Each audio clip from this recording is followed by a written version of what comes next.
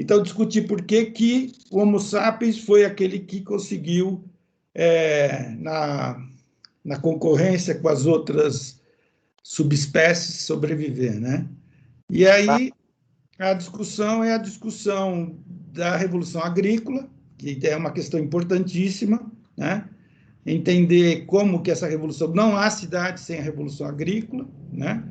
E aí, mas por que a cidade surgiu naquela região? Então, a gente vai trabalhar um pouco essa discussão. Então, o texto é um texto para quem quer, de uma certa forma, perceber algumas discussões que eu acho que são importantes, as glaciações, né? Quer dizer, nós estamos...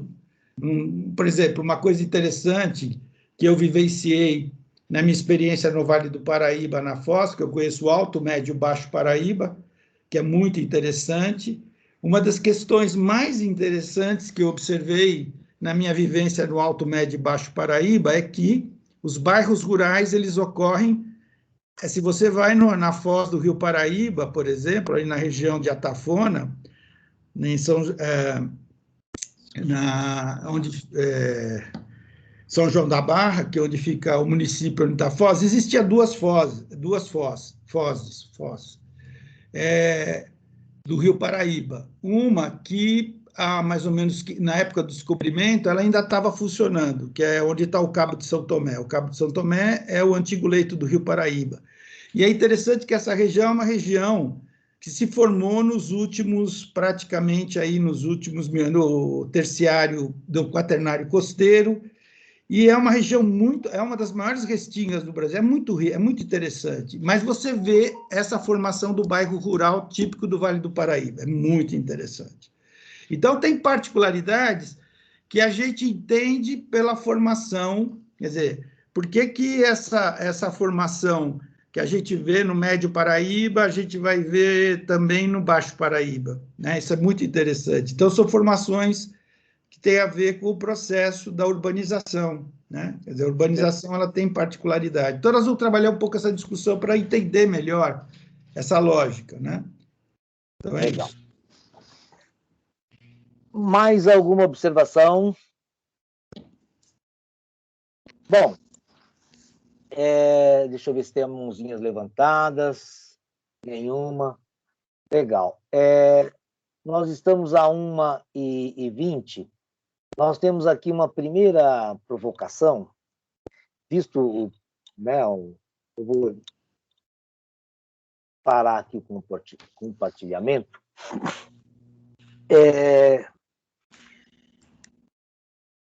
Depois precisamos definir, Pinedo, os capítulos a serem lidos, e acho que aí fechamos a programação da semana que vem. Eu vou compartilhar aqui, só para a gente fechar aqui a nossa aula de hoje, nosso primeiro encontro. Vamos tratar da questão dos desafios que envolvem, né, o eco-urbanismo. As leituras que estão sugeridas do Rogers e do Douglas Farr, que ficarão aí para o dia 20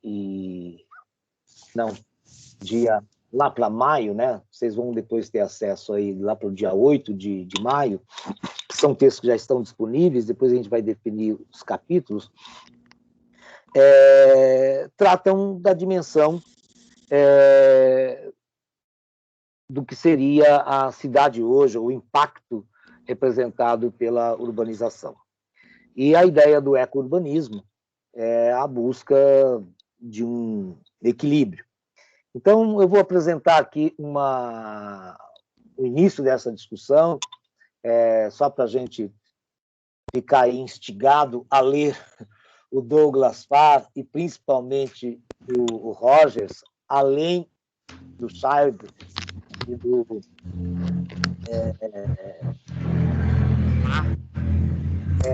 que é sobre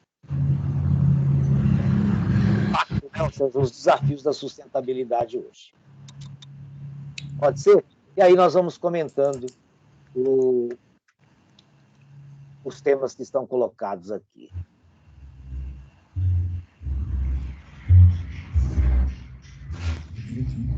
Bonita aquela foto, hein?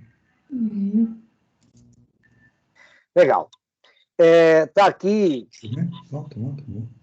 Aqui eu preciso olhar uma coisa, desculpa. Pinedo, Luísa, fechem o microfone, por favor. Sim, fechando.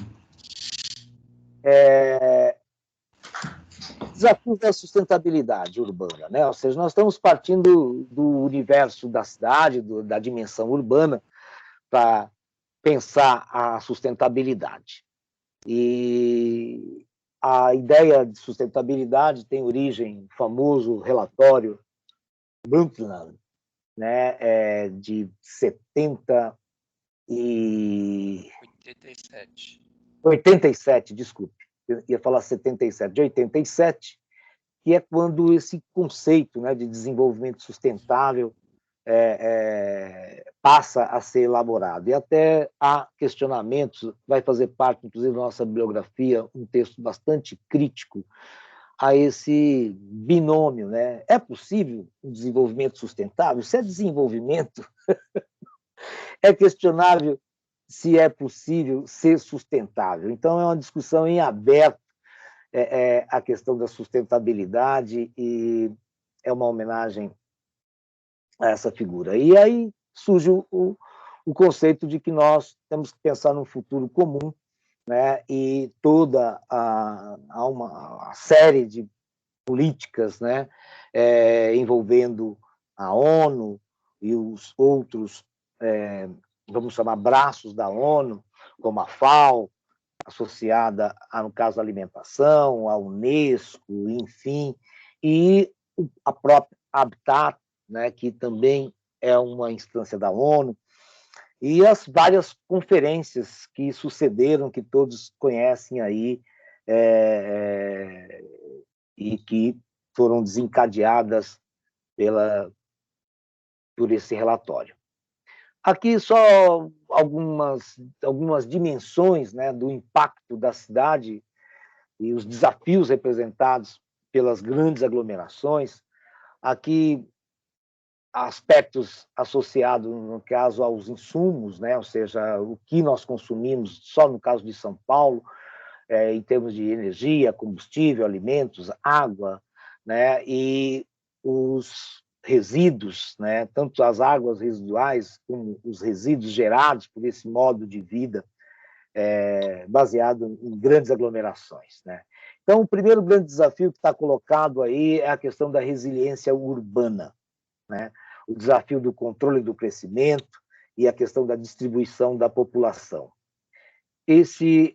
Nós tendemos a 9 bilhões de habitantes em 2050, né, que é um horizonte que temos aí. Vocês também conhecem os ODS, ou seja, os Objetivos de Desenvolvimento Sustentável do Milênio, né, e é um quadro esse desafio, né, ou seja, o primeiro desafio, que é a questão da distribuição, é quase que um enxugar gelo, porque a tendência é cada vez mais as cidades grandes ficarem maiores e, além disso, o fenômeno das megalópolis, ou seja, as metrópoles se juntarem, como estamos, inclusive, aqui no eixo projetado da primeira megalópole do Hemisfério Sul, que será ou já é a união entre São Paulo e Rio de Janeiro, né? E envolvendo aí de quebra Belo Horizonte, né?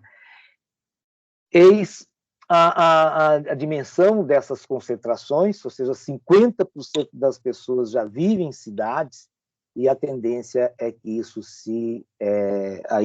torne-se ainda mais acirrado, né? Aqui, a evolução desse percentual no Brasil, década de 40, nós estamos praticamente ali quase que equilibrados, ou melhor, década de 40 nós tínhamos mais gente vivendo na zona rural, exatamente ao marco da CLT, 1944, quando o trabalho urbano passa a ter direitos. Ô, Jimmy, posso só fazer um comentário em cima desse gráfico? Sim.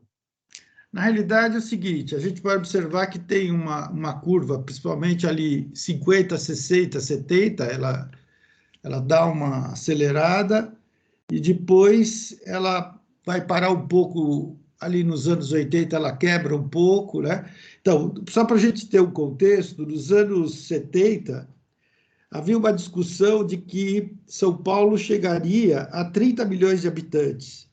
Então, a discussão do planejamento, quer dizer, a taxa de crescimento demográfico e a taxa de crescimento migratório para São Paulo teve um boom de crescimento muito grande. E aí isso daí foi algo que obrigou o governo criar os órgãos que são a base para aquilo de planejamento. Já existiam alguns estudos nos anos 50, né, do Padre Lebré. O Padre Lebré foi um cara assim super importante. Mas esses estudos, na realidade, eles ficaram impactados com o crescimento nos anos 60, 70. E aí achava que a cidade ia explodir. Só que depois da recessão dos anos 80, a cidade de São Paulo, só para citar um exemplo, ela perdeu população. Isso é muito interessante. Quando eles fizeram o censo de 1990, se constatou que tinha menos gente do que tinha, quer dizer, tinha gente, a cidade de São Paulo tinha perdido população, quer dizer, o cálculo era que era de 12 milhões de habitantes, quando foi fazer o censo, estava faltando mais de 1,5 milhão. Então, Sim. é interessante a gente observar que esses crescimentos eles estão relacionados com os contextos. Provavelmente, nós vamos passar por um período agora, em função da pandemia, de decréscimo, quer dizer, as cidades vão perder população. Isso é um dado que a gente já vai começar. Já estamos com um problema seríssimo, que a taxa de natalidade já está menor aqui no Sudeste do que a taxa de mortes, né? A taxa de mortalidade está superior à taxa de natalidade. Então, nós vamos ter um processo que vai ser complicado daqui uns Vai ter 20 anos. Só isso. Sim, sim, vai ter uma interferência da pandemia, inclusive é uma das coisas que estava na mídia esses dias, né? Com o impacto que isso vai gerar a curto e médio e longo prazo. Mas, enfim, aqui se trata de uma evolução do país todo. Há dinâmicas regionais, né? Cada caso é um caso, enfim, só isso aqui já é uma grande discussão. Mas, enfim, há indiscutivelmente uma desproporção na concentração das cidades, a população em relação à zona rural. Aqui a distribuição, né, as dificuldades que a gente tem no nosso território, que cá entre nós, né, se fala da distribuição, da concentração é notório nessa imagem, né, no Sudeste, principalmente São Paulo, enfim, mas essa distribuição equitativa, se fosse colocada em prática, teria uma grande implicação, por exemplo, sobre a Amazônia, né, que está sendo, de certa forma, ocupada por desmatamentos e incêndios, bem mais do que por cidades. Então, isso aqui é uma agenda e é uma discussão enorme, né, sobre, inclusive, se temos, de fato, cidades no Brasil, porque há questionamentos de geógrafos bastante interessantes e pertinentes sobre as atividades, se são, de fato, terciárias, a parte da economia, ou seja, que seguram boa parte das cidades. Há cidades de tamanhos diferentes, enfim, que são totalmente dependentes da produção agrícola, né? Enfim, é uma discussão em aberto sobre o estatuto de cidade, porque, a rigor, uma cidade deveria ser produto dos serviços, ou seja, da atuação do setor terciário, né, e industrial. E boa parte das cidades brasileiras são produto direto de uma economia agrícola, né? E isso cria uma distorção gigantesca, né? E, recentemente, nós tivemos principalmente o Estatuto da Metrópole, que acentuou mais ainda essa falta de um planejamento territorial e também nessa discussão, porque a partir de 88, quem passa a criar metrópoles são os estados. Até 88, quem criava uma área metropolitana era o governo federal. E nós temos estados como o estado de São Paulo, tem 5 regiões metropolitanas, congrega aí praticamente 40% 40 milhões de habitantes, praticamente 20% da população brasileira tem 5 áreas metropolitanas. Se não me engano, o estado de Alagoas ou do Piauí, que tem lá alguns milhões de habitantes, criou uma série de regiões metropolitanas que passa a ter o mesmo estatuto, que é o mesmo peso, entre aspas, diante de uma região metropolitana como a de São Paulo, que congrega 20 milhões de pessoas. Então, você tem regiões metropolitanas em estados como Santa Catarina, outros estados que reúnem algumas dezenas de milhares de pessoas. Então, há infelizmente, essa desigualdade, ou essa distribuição desigual pelo território é ainda mais complicada por essa questão de gestão e da próprio processo e política de controle da própria urbanização, né? Aqui são as tendências de habitação, só vamos entender que aqui é uma abordagem bastante introdutória, superficial, só para a gente ter dimensão, né, do fenômeno da urbanização no mundo, quais são as tendências aí, as expectativas até 2030, para compreendermos o que acontece no mundo como um todo, esse primeiro gráfico à esquerda, e depois em cada continente, né? Então, é praticamente um padrão que se repete, obviamente muda a proporção numérica em cada um desses continentes, né? Aqui, a relação entre os desafios em relação à taxa de crescimento, né, a redução da taxa de crescimento, a comparação entre os países mais desenvolvidos e os países menos desenvolvidos, há uma notória diferença, né, no crescimento dessa população, e esse é um dos grandes desafios que envolve a sustentabilidade. Alimento... Deixa eu comentar esse gráfico, Jimmy. Então, por favor. Então, na realidade, tem um detalhe que a gente olha esse gráfico, mas assim, as cidades dos países desenvolvidos têm uma estrutura, quer dizer, a chamada hierarquia urbana, ela é muito mais distribuída. Quer dizer, se a gente for analisar a estrutura da Europa, das cidades, da distribuição das cidades na Europa, né, por hierarquia, e nos Estados Unidos, que aí aparece nesse gráfico, por que cresce, por que está estável, na realidade, nas cidades dos países desenvolvidos, funciona um modelo que a gente chama modelo de Christaller, ou seja, que é um modelo onde existe uma estrutura quase de colmeia, né, bem homogênea. Então, por que existe essa estrutura do Christaller e dessas colmeias na Europa e nos países desenvolvidos, né? Por quê? Porque você tem uma distribuição da renda. Então, nos países onde você tem uma melhor distribuição de renda, os serviços também são distribuídos espacialmente, né?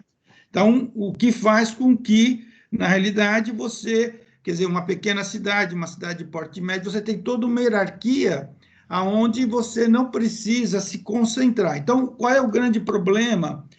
Por exemplo, que no Brasil a gente tem, dentro do conceito de definição de cidade, 5.570, quase 70 municípios. Mas, dentro desses 5.500 municípios, nós vamos ter, na realidade, 140 cidades de porte médio. Essas 140 cidades de porte médio, elas, na realidade, têm uma concentração de serviços. Então, se a gente for observar, por exemplo, uma cidade de porte médio, ela vai ter serviços que vão atrair pessoas. Então, nós estamos tendo um fenômeno mais recente, que é o crescimento das cidades de porte médio maior do que as cidades de caráter metropolitano. Então, o problema do serviço, ele se concentra. Por exemplo, aconteceu um fenômeno interessante quando eu estava lá em Campos de Goytacazes com a instalação do Porto do Açu. A instalação do Porto do Açu, o que ele fez? Todo o pessoal ficou uma discussão, não, o pessoal que vai trabalhar no Porto do Açu vai ficar no município de São João da Barra. Eu falei, não vai ficar em Campos. Por que vai ficar em Campos? Porque os caras querem serviço. A cidade de São João da Barra não apresenta serviços para satisfazer essa população. Então, ele vai se concentrar, porque tem o setor por exemplo, de comércio, de educação, de saúde. Então, o cara vai para a cidade de porte médio. E essa é uma característica que faz com que nós temos uma hierarquia totalmente quebrada, né? Sobre a questão da... E tem um outro fenômeno que eu gostaria de comentar, Jimmy, que é interessante, tem a ver com essa questão da metropolização, que são os deslocamentos. Por exemplo, entre Campos de Goytacazes e Macaé, que está na bacia de Campos, todo dia se deslocava 30 mil pessoas. Então, o IBGE passou a adotar um conceito, que é o conceito de que a conurbação não necessariamente é uma cidade estar conurbada com a outra, como, por exemplo, São José e Jacareí, que são conurbadas do sentido clássico. Mas eu posso falar que tem uma conurbação entre São José e Taubaté. Por quê? Porque você tem um deslocamento entre São José e Taubaté que faz com que, na realidade, essas duas cidades, apesar de estarem distantes na sua área de construção, mas elas estão conurbadas. Então, o conceito atual de conurbação é os deslocamentos populacionais. Então, os deslocamentos populacionais é que definem se uma cidade é conurbada como outra, só para a gente entender essa lógica dos deslocamentos. Tem mais um dado que eu acho que é interessante dentro desse material, que é o seguinte: o Brasil é um país onde 40% da população não está no município que nasceu. Isso é um dado do PNUD, de pesquisas que vêm há mais de 30, 40 anos, que mostra que o brasileiro ele se desloca muito no território. A questão, por exemplo, só pegando o perfil de vocês aí, dá para perceber, todo mundo se deslocou. Ninguém está no município que boa parte não está no município que nasceu. Então, essa discussão é uma discussão que mostra uma característica dessa mobilidade, vamos assim dizer, migracional, em função da procura de emprego. Perfeito. É uma dinâmica incrível, né, que envolve populações, movimento, e bastante complexo. Enfim, esses temas são muito caros aos geógrafos, aos historiadores, aos sociólogos e, obviamente, aos arquitetos também. E aqui é o relógio de nascimentos, né, por minuto, como é também bastante desigual, né? Ou seja, a relação, a taxa de crescimento dessas populações. Enfim, é um fenômeno que preocupa em vários níveis, né? E no que a gente está aqui iniciando a abordagem, esse aqui é um gráfico bastante interessante, que mostra a taxa de crescimento no século XX, né, ao longo principalmente dos últimos anos, do último século, como se deu esse crescimento, né, em relação o planeta é o mesmo há bilhões de anos. No entanto, uma coisa chamada bicho-homem prolifera-se de uma maneira incontrolável a partir exatamente da Revolução Industrial, né, quando nós teremos não só a Revolução Industrial, mas antecedida de uma revolução agrícola, de uma revolução também na medicina, né, que envolve técnicas e, enfim, medicamentos que ampliam e muito a nossa capacidade de sobrevivência, e a própria indústria química, né, aplicada à agricultura, a produção de alimentos aumentou significativamente, né, mas nós sabemos a que custo. né? E quais as implicações disso. O preço está sendo cada vez mais agora sendo cobrado, uma vez que praticamente as fronteiras agrícolas já estão delimitadas. Diga lá, Pinedão. Esse gráfico mostra também uma questão da estrutura intraurbana das cidades. Se a gente for pegar no histórico da evolução das cidades, qualquer cidade europeia, se eu pegar Bolonha, por exemplo, Bolonha na Itália, é uma cidade de Bolonha, ela praticamente manteve a estrutura, desde que ela foi fundada ali por volta do século XIII, mais ou menos, 12, 13, ela vai ficar com a estrutura estável até o momento em que o capitalismo industrial chega na Itália. Então, todas as cidades, elas, assim, como esse gráfico, as cidades também, elas foram extremamente equilibradas até quando surge a Revolução Industrial. Quando surge o capitalismo, aí isso desequilibra. Então, outra questão interessante é que esse desequilíbrio, por exemplo, um dos que eu já comentei, a principal questão foi, em 1830, a questão da peste de cólera. Aí isso provocou o que a gente tem, o estopim e o início, o start, da discussão sobre teorias urbanas.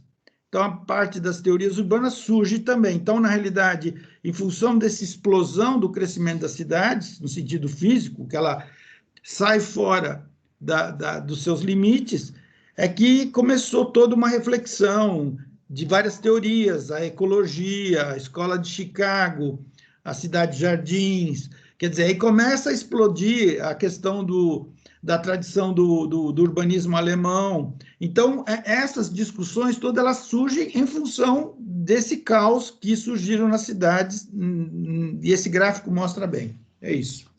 Maravilha. O que você está falando, de certa forma, está ilustrado aqui, né? É uma imagem da concentração das cidades. Dá para ver isso que o Pinedo estava falando, né? Estados Unidos é bem mais homogênea, né? Um tanto quanto concentrada ali na face leste, né? Não tanto no oeste. A Europa Central, né? Ou seja, a área que envolve os países em torno do Mediterrâneo, e depois a Ásia, né? Ou seja, a Índia, China e Japão. Então, dá para ver claramente onde se concentram as grandes massas, e aqui embaixo a África do Sul, né? Uma concentraçãozinha ali. Manda ver aí, a Austrália também tem lá razoável, né? Então, mas é interessante que tem uma linha, você vê que a linha da urbanização ela é mais intensa no hemisfério norte. Se a gente for observar, ela está mais, e ela segue uma linearidade num paralelo, né? Sim. Eu queria só comentar uma questão que é interessante, que é o caso, existem dois fenômenos importantes na história da urbanização. Um fenômeno é o fenômeno da chamada unificação alemã, né, de 1870. Os alemães eram um país de origem, tradição rural, não tinham grandes cidades. A única cidade que existia na Alemanha maior era Berlim, que tinha 60 mil habitantes, mas a maioria das cidades na Alemanha, antes de 1870, elas tinham 5 mil habitantes, 10 mil habitantes. Quando a Alemanha se unifica em 1870, vai ter um boom de crescimento, tem todo um planejamento, né? E esse boom de crescimento, em menos de 2 décadas, a Alemanha explode. Então, cidadezinhas de 5 mil habitantes, por exemplo, Duisburg, passa para 200 mil habitantes, cidades da região, principalmente do Vale do Ruhr, da região do Reno, né, que é a região mais industrial, explode. E esse caos obriga a fazer todo um processo de planejamento. Eles são obrigados a... Então, esse fenômeno que aconteceu na Alemanha, que a gente chama de capitalismo tardio, está acontecendo na China. E a gente não tem dimensão de como os chineses são organizados. A China urbanizou, na última década, 400 milhões, ou seja, 400 milhões de pessoas saíram da zona rural chinesa e foram para as cidades. Em uma década, 400 milhões, 2 vezes a população do Brasil, e de uma maneira que não, por exemplo, se a gente fosse a experiência que nós passamos no nosso processo de urbanização foi o surgimento, por exemplo, das favelas, da subhabitação. Então, os chineses têm um processo extremamente organizado, que é interessante. Quem quiser aprofundar isso, tem um e-book que eu recomendo ler, Was China Wong, de um Mahabubani. Ele é um diplomata singapurês, escreveu um livro maravilhoso para explicar e para entender esse processo de modernização da China.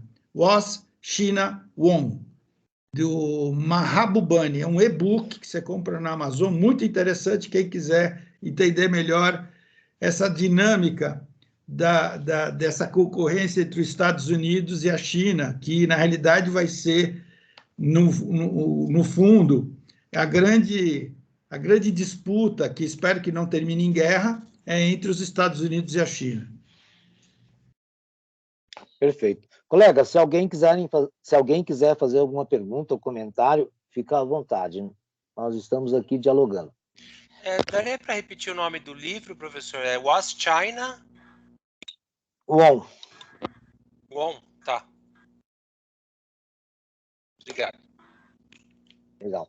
Bom, aqui tem até imagens mais emocionantes para falar isso, as cidades, as principais cidades ou metrópoles brasileiras, né? Aqui o tamanho, né, a proporção delas, no caso, São Paulo, que aparece com 15 milhões de habitantes, só para termos uma referência, o total de municípios, né, que estão conurbados. São Paulo é a que mais tem conurbação, entendendo aí por conurbação a junção entre cidades, junção física entre cidades. Rio de Janeiro é a segunda, com 15, e assim por diante, até chegarmos em Curitiba, que tem 14 municípios conurbados, né? E a Grande Belém, por exemplo, que tem 2, como eu falei, a metrópolis, né? O Estatuto da Metrópolis trabalha com cada metrópole é uma metrópole, só que tem metrópole com 1 milhão de habitantes, que é o caso de Belém, e metrópole com 15 milhões de habitantes, ou seja, essa desigualdade que existe entre as cidades também, né, por essa forma bastante atabalhoada de criar uma política de gestão de áreas metropolitanas, acabou promovendo essa desigualdade também no âmbito das metrópoles, né? Então, bastante complexa a gestão dessas diferenças. Aqui o segundo. Então, o primeiro grande desafio é a questão da população. Nós só estamos hoje iniciando a discussão, né? Segundo grande desafio é a questão e a geração dos resíduos, e a questão da energia elétrica, né? Então, temos aqui pessoas que já trabalharam com isso, são especialistas ou trabalham. Aqui também só para a gente ter uma primeira aproximação do problema, né? O lixo, né? Os resíduos, que não são lixo, né? O que minha Juliana está querendo falar, né? A Juliana Farinacci. Por favor, eu nem sempre vejo. Pode ir, Oi. por favor. Fala.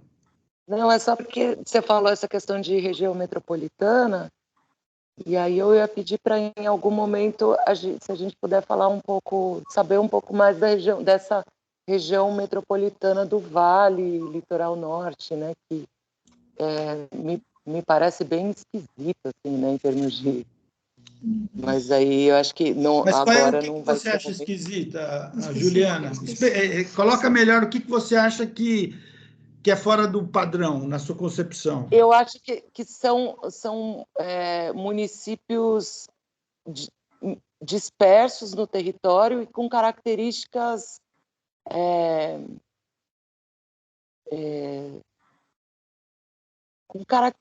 muito diferentes, né? Você pega municípios do litoral que implica, tem uma economia muito baseada em serviço, em turismo, com municípios de base industrial e bastante disperso, né?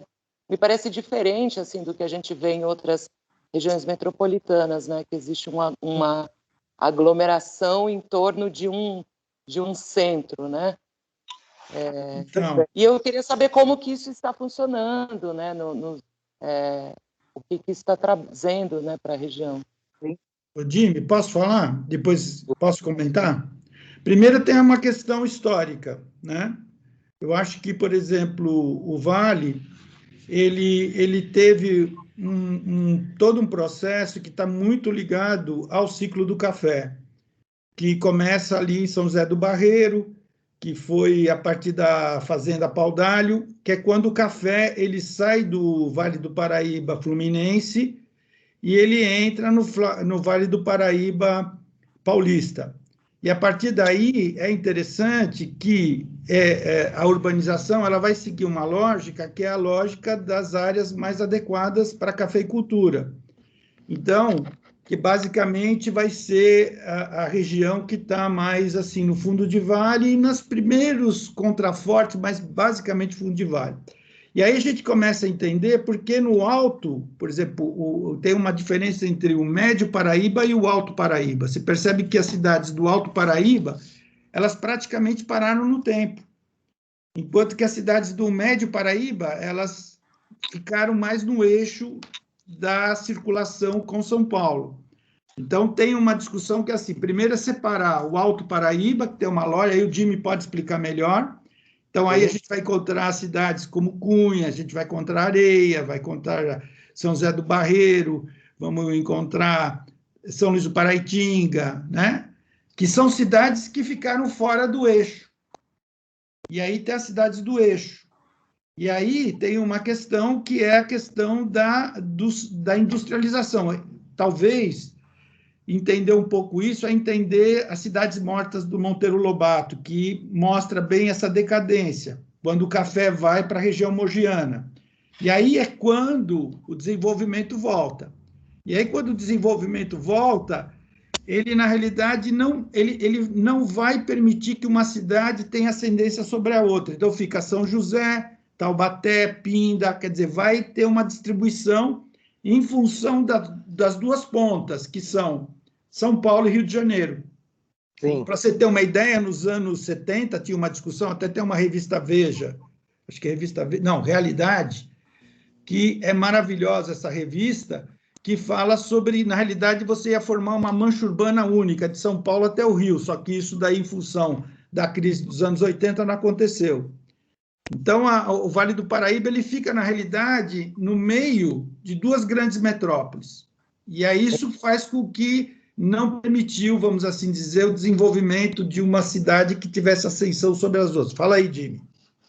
Sim, eu acho que o que a Juliana está querendo colocar é que, se eu estou entendendo, é que a subdivisão, a primeira criação do próprio Vale do Paraíba e Litoral Norte como uma região metropolitana, de fato, se adotarmos como conceito básico, elementar, para a criação de uma região metropolitana, a conurbação, nós não temos uma conurbação. Nós temos aglomerações urbanas, como também é tipificado pelo Estatuto da Metrópole, mas nós não temos, como o Pinedo está falando, uma conurbação. Só que eu acho o seguinte, Juliana, você, como luizense, entre aspas, aí, deve estar envolvida nessa discussão, que, de fato, a forma que eles dividiram, né? Tem uma sub-região que é São José, outra que é Taubaté, enfim, fizeram uma região, as sub-regiões, elas unem, por exemplo, Campos do Jordão, Taubaté e São Luís, e estão praticamente na mesma região, né? E elas são bem diferentes, Campos, São Luís e Taubaté. Enfim, assim como talvez a que tenha mais unidade seja a região do litoral. Olha, visto por essa maneira, Juliana, por esse conceito de que a conurbação era o que ligava os municípios que passavam a ter necessidade de uma gestão integrada, eu vejo que o Vale do Paraíba, enquanto região metropolitana, ele inverte esse conceito, porque os municípios do Vale são todos ligados por ecossistemas. Então, sem querer, eu acho que eles fizeram a coisa certa, porque não dá para você falar de Vale do Paraíba, ou seja, onde nós estamos aqui a 500 metros de altitude, Serra da Mantiqueira, Serra do Mar e Litoral, e a Bocaina, são todos unidos por fenômenos geológicos, pela Mata Atlântica, pelo litoral, e são todos amarrados. Então, os municípios podem e devem ter uma gestão metropolitana compartilhando serviços e infraestrutura, e principalmente aquilo que mais nos interessa aqui, que é a preservação dos ecossistemas, ou seja, a preservação da natureza. Ou seja, nós não temos municípios conurbados por cidade, ainda bem, mas nós temos municípios conurbados por matas, pelo rio, né, pela água que bebemos. Então, eu acho que, sem querer, chegaram no ponto certo que nos interessa muito, né, que é a preservação de outros elementos comuns, a gestão de outros elementos comuns, que não é o espaço urbano, que é o que tem em comum as grandes cidades conurbadas e tradicionalmente chamadas de metrópole. Essa região metropolitana do Vale, então, ela é uma biorregião, né? Uma biorregião, uma biorregião. Podíamos chamar de uma biometrópole. Aí um outro grande desafio. E isso é uma discussão que eu tenho entre os arquitetos, que eles ficam querendo que as conurbações sejam urbanas. E nós já estamos vendo que pode ter outros tipos de ligações que não o problema urbano, porque só tem problema. Sim. E nós temos potenciais. E tem um movimento pendular, né, da população entre esses municípios, né?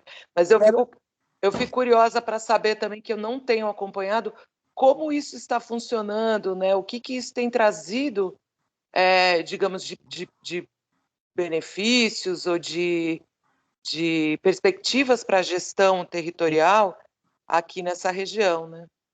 Posso te falar rapidinho, que também é um tema maravilhoso, apaixonante. Olha, quem tem grandes conflitos e grandes interesses em regiões metropolitanas, Baixada Santista, Campinas e São Paulo, elas já têm o PDUI, Plano de Desenvolvimento Urbano Integrado. Nós, aqui no Vale do Paraíba, nós ainda não conseguimos sair da intenção de fazer um plano de desenvolvimento urbano integrado, que era exigido pela legislação quando foi criado o Estatuto da Metrópole em 2015. Tinha 3 anos os governadores e os prefeitos para fazer esse plano. O Temer entrou, a primeira coisa que ele fez foi desmontar essa legislação. Aí passou a não ser obrigatório ter o plano, e agora fica dessa maneira. Então, as regiões que se mobilizam, que têm gestões, que têm uma tradição de compartilhamento de problemas, e aí Pinedo, Luísa podem falar, né, como a Baixada, como o Grande ABC, com São Paulo, que tem Billings, que tem água, que tem conflitos dessa natureza, tiveram que fazer o plano, né, ou estão bem avançados. Você entra lá na Secretaria de Desenvolvimento Metropolitano do Estado, você vai ver quem são as metrópoles, as 5 áreas metropolitanas que a gente tem, quem tem plano. Nós não temos, sabe por quê? Aí que entra toda a particularidade política, que a gente também ficaria horas aqui conversando sobre o Vale do Paraíba. Os prefeitos, eles, apesar do CODIVAP, né, que ser um órgão de gestão metropolitana já criado na década de 70 e 72, os prefeitos acabam, na minha opinião, indo atrás de resolver o seu problema de forma individual, né, e não pensam de forma coletiva, junto ao governo do Estado. Então, cada um vai lá com o pires na mão pedir para o governo isso ou aquilo, né, porque acha que desse jeito consegue mais do que se juntar com os outros prefeitos, com as outras prefeituras e fazer planos, né? E o próprio governo federal também, apesar do Estatuto da Cidade e do Estatuto da Metrópole, também acaba não tendo uma gestão planificada. Por quê? Porque interessa a gestão do pires na mão, que é de onde vêm os votos, a manutenção, a maioria no Congresso e assim por diante. Então, é bastante prejudicada a racionalidade da gestão metropolitana no Brasil, ou mesmo urbana, devido a esse controle político exercido pelas elites políticas, vamos chamar assim, né? Ô, Jimmy, é interessante assim, por exemplo, São Paulo tem uma cultura técnica, que eu chamo de cultura técnica de gestão metropolitana, porque tinha a Secretaria de Negócio Metropolitano e tinha também um órgão que era em Plaza.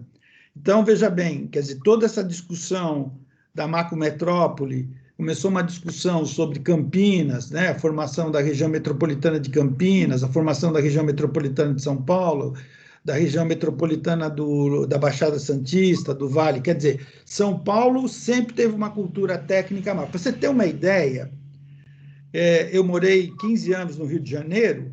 Por exemplo, lá eles não têm uma cultura técnica de região metropolitana.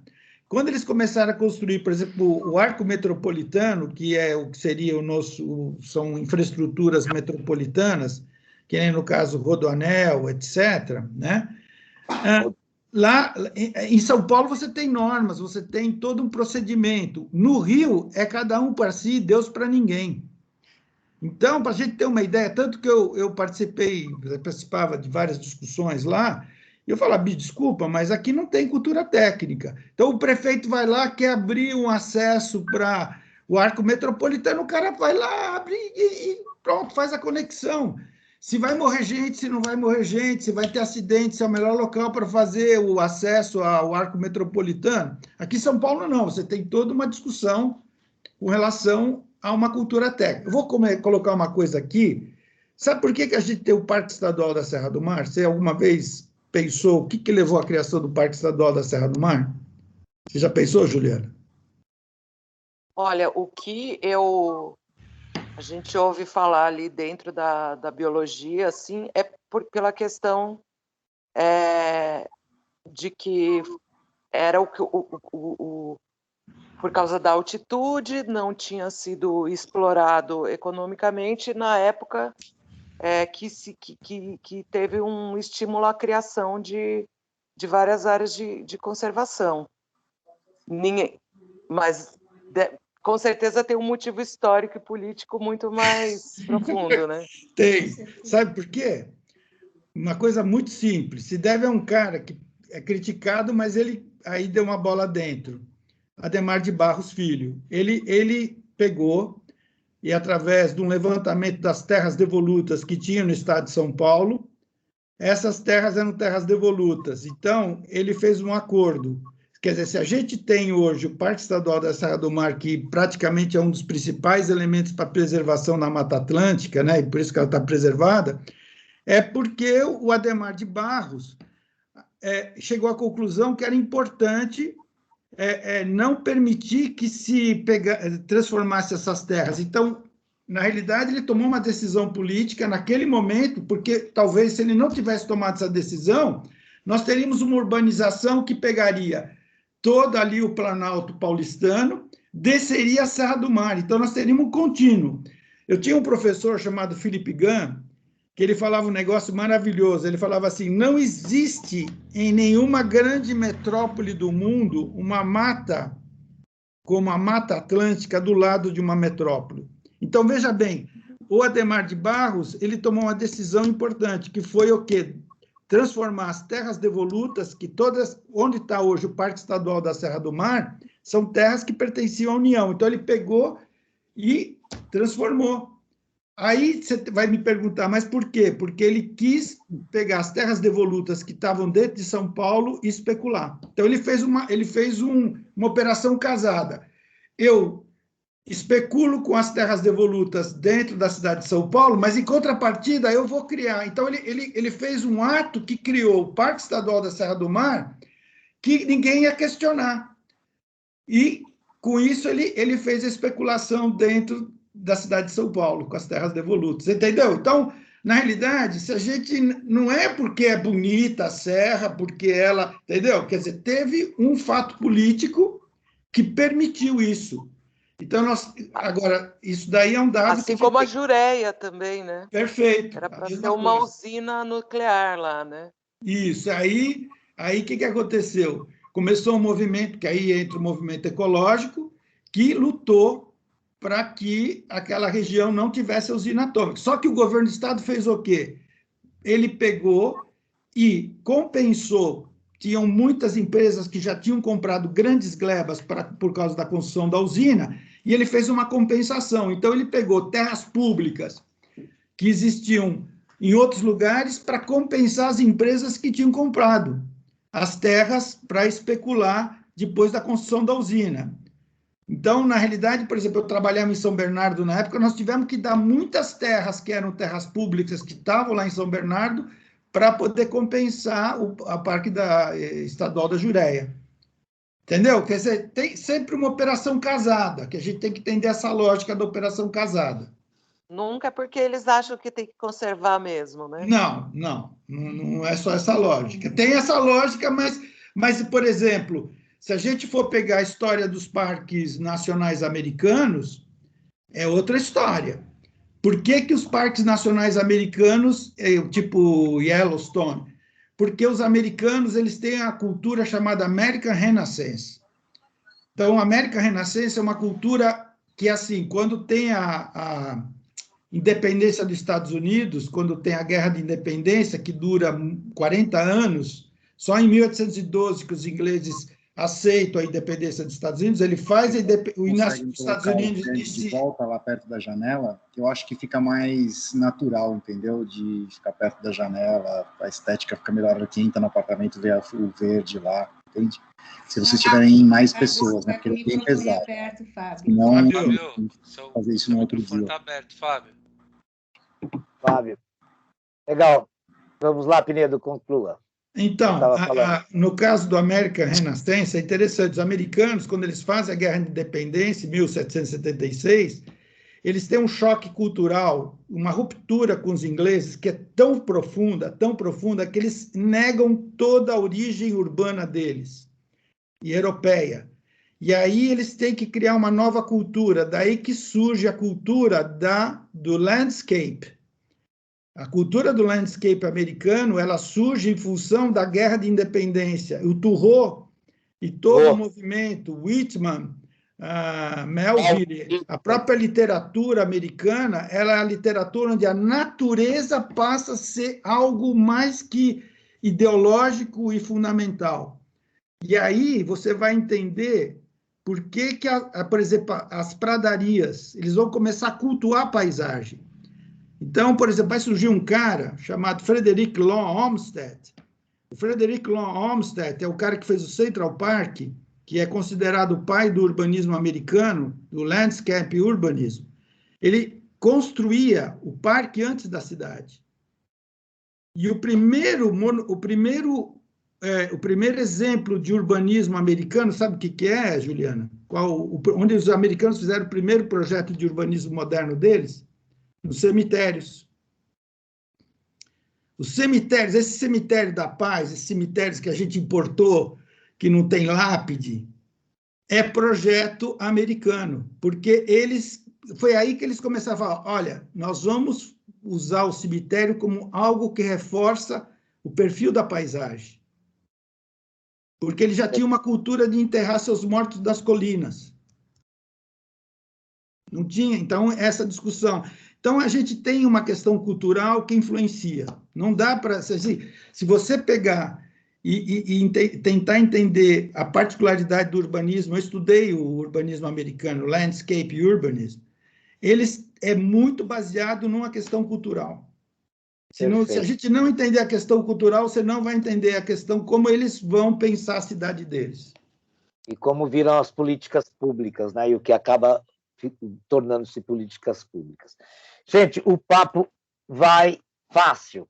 Nós vamos ter que parar aqui na questão dos resíduos, a gente continua semana que vem, principalmente porque os nossos amigos todos aí têm aula a partir da 1h30, né? E nós temos aí um tempo técnico. Legal? Podemos ficar por aqui, então, para os professores outros não ficarem pé da vida com a gente? Semana que vem a gente retoma essa questão do impacto e aí já temos a questão do início da história aí, que nós já começamos a adentrar a partir dos temas de hoje. Legal? Então, só para fechar, eu gostaria de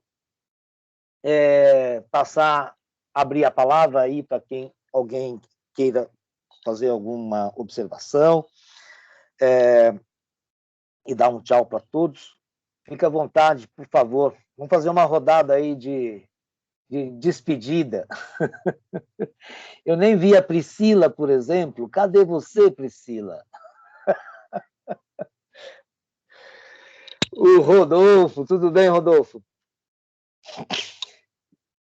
Eu pediria, então, que as pessoas fizessem uma despedida e a gente conclua por aqui a nossa aula. Não ouvi o Eduardo hoje. Enfim, a nossa ideia é que nas próximas aulas, inclusive, a gente seja mais dialogada, principalmente porque teremos um texto, né, comum para todos lerem e a gente estabelece um diálogo em função desses temas. Vamos lá. Podemos ficar por aqui, então? Maiana, dá um tchau aí, então, Maiana. Tchau, gente. Obrigada. Valeu, pessoal. Camille. Tchau, pessoal. Tchau, gente. Até mais. Até próximo sábado. Estou animada aí para a aula do próximo sábado, que está esquentando, né? Muito bom. Até breve. Muito Abraço. obrigado. Até, pessoal. Um abraço. Até mais. Agradecer a aula aí, que foi muito bacana. Obrigado. Fábio, Tchau, mãe. Luciana, tchau. Tchau, muito obrigada. Olha quem Até mais, chegou aí pessoal. para Até mais, dar um tchau. Ei, Morelli, como é que tá a Cláudia? Tá melhor, viu? Não teve fratura, viu? Foi só entorse mesmo, viu? Legal. Tchau, Léo. Até a próxima. Prazer tê-lo aqui. Ana. Tchau, gente. Marcos. Tchau, pessoal. Tchauzão, Ana. Tchauzão, Tchau, Luiz. gente. Tchau, gente. Até. Até mais. Tchau, Priscila. Tchau, Fábio. Ah, agora sim. Tudo bem aí? Gostei dessa camisa aí ao fundo, hein, Priscila? A tarde continua na 1h30? Após continua 1h30. Aí tem um outro link, Fábio. Eu vi aqui. Beleza, foi ótimo hoje. Obrigado. Valeu. Um grande abraço a todos. Bom final de semana.